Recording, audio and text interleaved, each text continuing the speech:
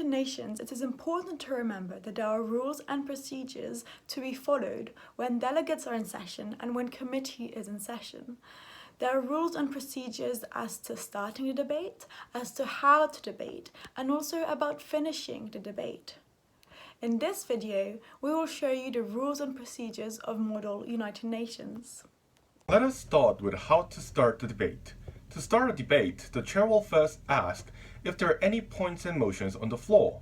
You can raise your placard or your hand, and when recognized, just say, "Motion to start" or "Open the debate."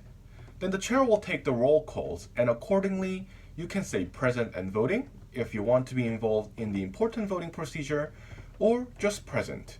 Don't take too much pressure in the semantics of these terms. Next comes the general speaker list. You can be added to the list by raising your placard. In the general speaker list, delegates are given an opportunity to express their views or their country's position on the particular topic.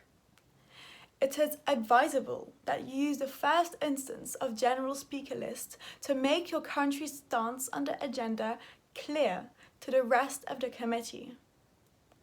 The list never elapses and runs throughout the committee until a motion to close the debate is passed. Here is an example of a speech on the general speaker list. Honourable Chair, distinguished delegates.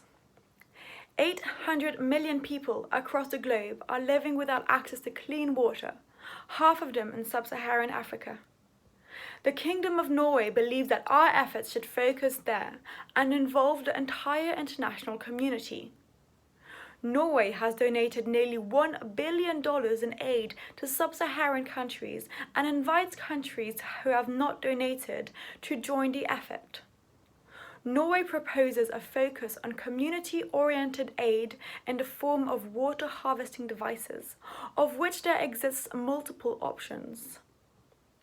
To ensure long-term success, the United Nations should transfer the funding after there is sufficient training to build and operate the water-gathering devices without continued external support.